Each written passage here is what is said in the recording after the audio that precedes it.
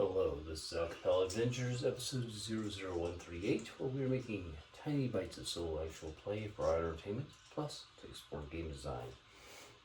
This play is to test and build the Punk U module based upon the dangerous in-world game show Punk U, a potential story and character funnel for characters in Chrome.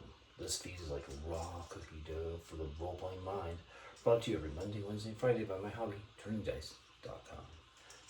Our pre-gens played through this filming of the Punk U for entertainment of others is making up Team Gee I'm Cagy under Agent Adrian Drake, residing in Exofabulous. We have Gonzo, a child soldier, his ally Sharaku, Maximus, a smuggler, Kendall Corpo, and Great Nightshade is like. So far in our playthrough of the Punk U module show, the team finished the first film challenge with shots-fired, punches thrown. The action continues to roll on this death game as we explore options for entertainment between filming sessions. We worked on a party, did a shilling filling, faced an attempted ambush, met with a show rep, and have been wandering the streets off and on.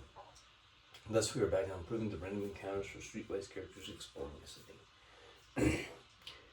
Well, maybe we're not. I think we need to, I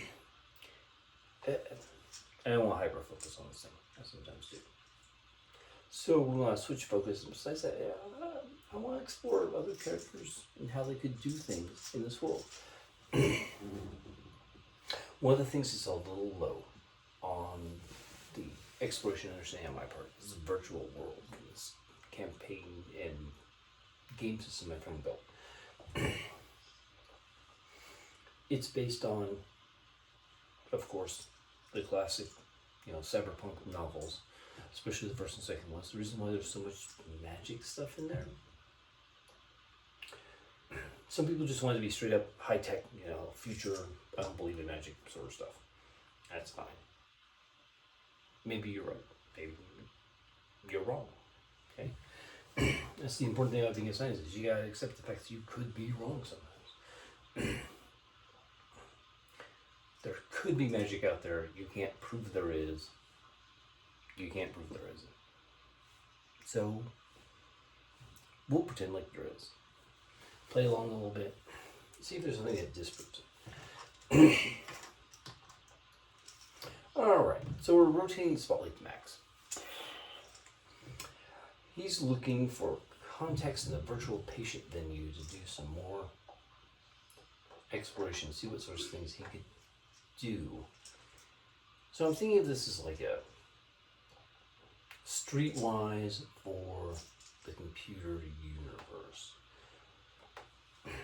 He's got a couple of things. He's got some detect lie.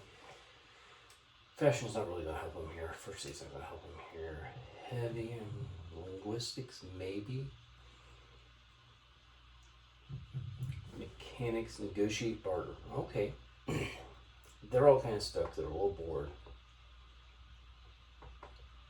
Now, is there any NPCs that we know of that could oppose it?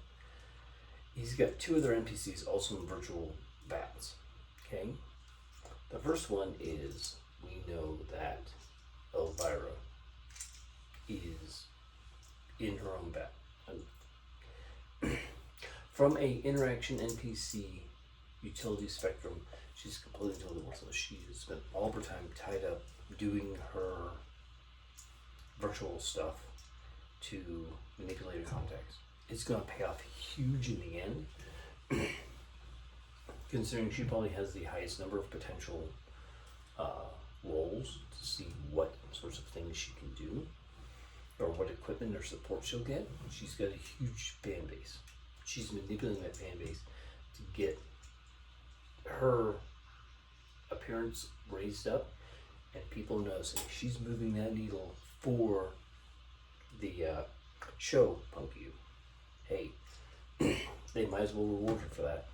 Driving more advertising towards her and the show, pay it back, man. So she's using her skills to really amp things up. But she's busy. It takes a lot of time to do that. Alright, so we're taking all that into factoring. The other thing is that new guy just showed up, and it's Reginald. And Reginald hates the entire party, probably. He's probably beaten up, I'll say he's beaten up Max once or twice. So, yeah. Matter of fact, I'm going to say, given their history, it probably came up in the medical stuff. They're probably keeping them virtually separate. Okay? I mean, they can be in the same room because there's 2 tanks and walls and nurses and stuff like that. They're not getting up and going to punch each other. They can barely talk to each other. And keeping them separate in the virtual world is an easy peasy sort of thing. Alright. But I thought about it and I went, you know, here's the question. Is there a hidden AI in the virtual patient venue? Alright. So, I'm going to ask that question to the Oracle. Let's see what it says. And we're getting close to the end. So a little bit extra is appropriate. 5, 7, 9, let's see, 16, 21. So yes, but it's more complicated. I don't even know what that means. So, let's take a look at this idea. We've got a more complicated, so we'll note that. It's probably going to be, it's not going to be an easy,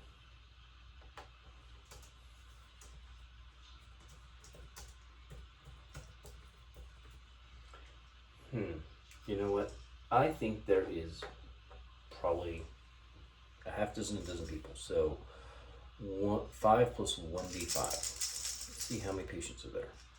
And it's open-ended, of course. It's not bundle. Oh, it's almost open-ended twice. All right, 13 divided by 2 is 7. It's probably 6 plus 5. It means there's 11. So it's probably maxed out. There are 11 personalities. Now I'm trying to go through them all or generate them all. I have to keep secret which ones are competent, which ones are incompetent, which ones are like average people. Max needs to figure that out. And one of them is an AI, so there's probably 12. Or it's probably one of the original 5. So,